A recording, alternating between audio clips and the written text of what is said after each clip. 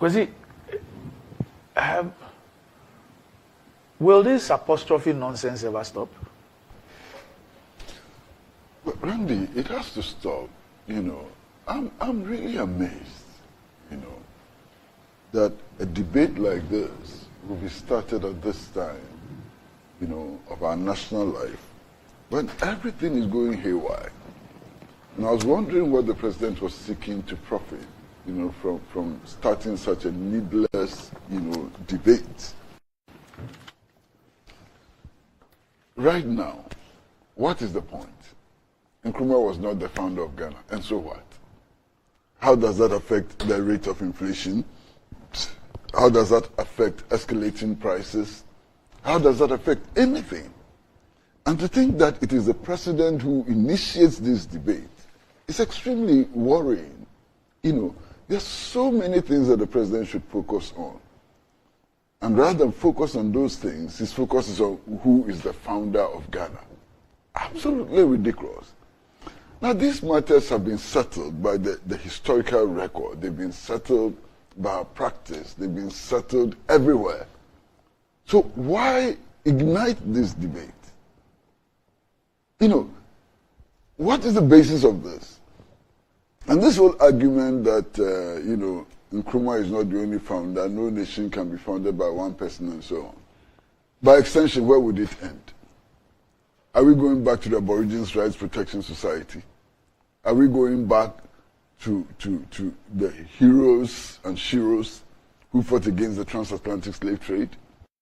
Are we back to the days of Yah when she fought to preserve slave routes for Ashanti and so on? Where does it end? Where does it stop? If everybody who made a contribution to the national independence struggle is going to be recognized, where would it stop? Understand? In any case, it is significant that when you talk about the big six, it excludes pie grants. That exclusion is lost on the president.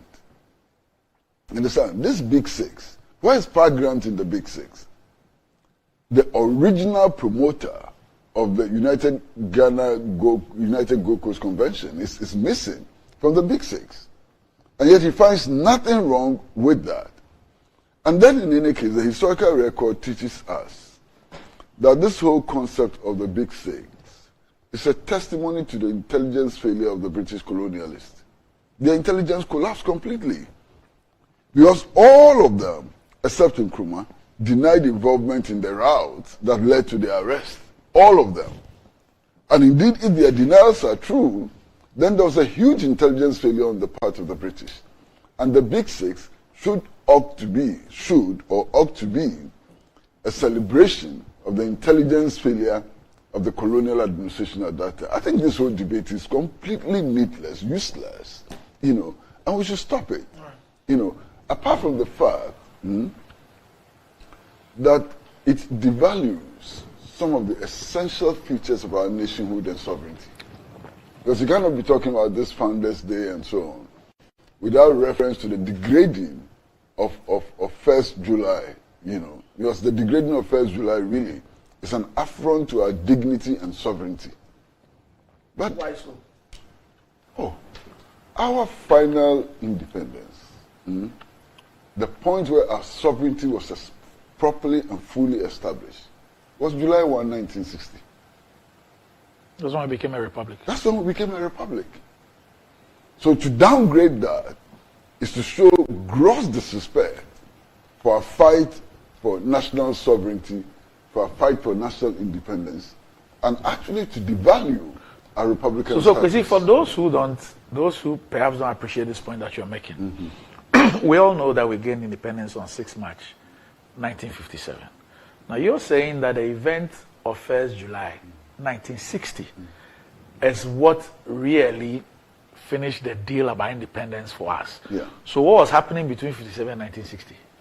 Between 1957 and 1960, the Queen of England, you know, was still the head of state of Ghana. Was still the head of state of Ghana.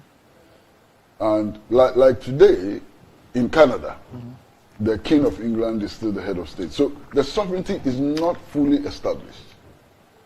What happened in 1957, 6 March 1957, was that we gained some partial independence which enabled us to take control of our administrative governance machinery. That's all. In fact, the process started from 1951. In 1951, Kwame Nkrumah became leader of government business.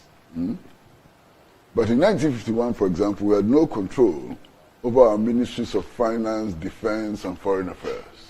Those portfolios were reserved for the colonial administration. Okay. In 1951, you still had a colonial governor who was stationed in the Christianborg castles, who was virtually the head of state. In 1957, we went a step further. Nkrumah became prime minister, of the republic, and were responsible. We had a lot more responsibility in terms of running the governance structure of the country and so on. It was on 1st July 1960 that we truly became a republic and could have a president and all the things that come, with the republican status. So, July 1, 1960 is an essential part of the movement towards full independence. That's when we gained our full. So when did we start singing? I can't give you the exact date, but that was during the colonial era, when the Queen actually, when the British colonialists firmly established their domination over our politics, over our economics, and virtually, they were in charge, But 1951 is important, 1957 is important, and 1960 is most important. I mean, you cannot claim that you actually support independence for the country. You cannot claim that you value an independence if you downgrade July 1st, 1960. You have this interesting view, and that view is that you find the issue of the different republics as, for want of a milder expression, as rubbish.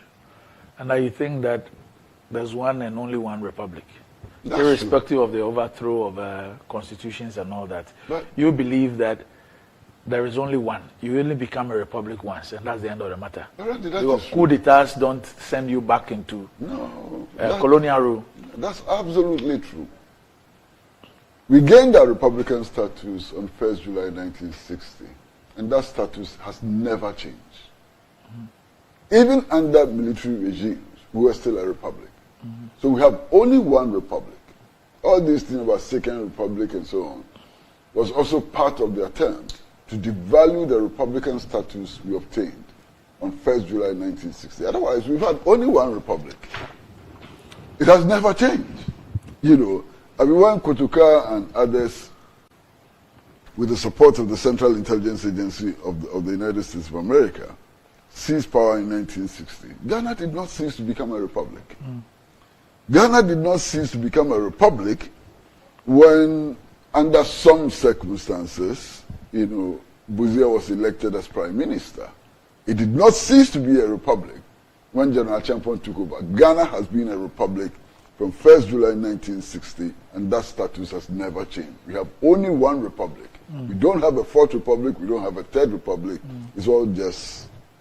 So the point you make is that even when the constitution is overthrown, I'm trying to understand you, even if the constitution is overthrown by a coup d'etat, and we don't lose our republican status, because incidentally, the leaders of the coup themselves are called the head of state of the Republic of Ghana. Exactly. That's the title. Exactly. Okay. So that if in restoring democracy, we even have a new constitution, it could still be the 1960 constitution. It could still be the 79 constitution. It could still be the 92 constitution. But that must not lead to a new republic. Our republican status, which we gained in 1960, is reflected in all the constitutions we have adopted. All of them. None of them attempts to take away the republican status. No coup regime has devalued our republican status. We've been a republic from 1960.